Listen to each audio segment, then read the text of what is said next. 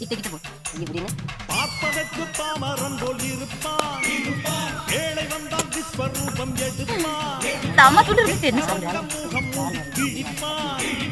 நல்லவங்க சொல்லும் சொல்லிப்பான் நீ துள்ளாதே இவன் போகும் வழியில் நில்லாதே தீரும் சிங்கம் துவாலோ சிறு புழுவாய் நீயும் எண்ணாதே தீமை விலகிட நன்மை பெருகிட சிங்கம் ஒன்று புறப்பட்டதே அதுக்கு நல்ல காலம்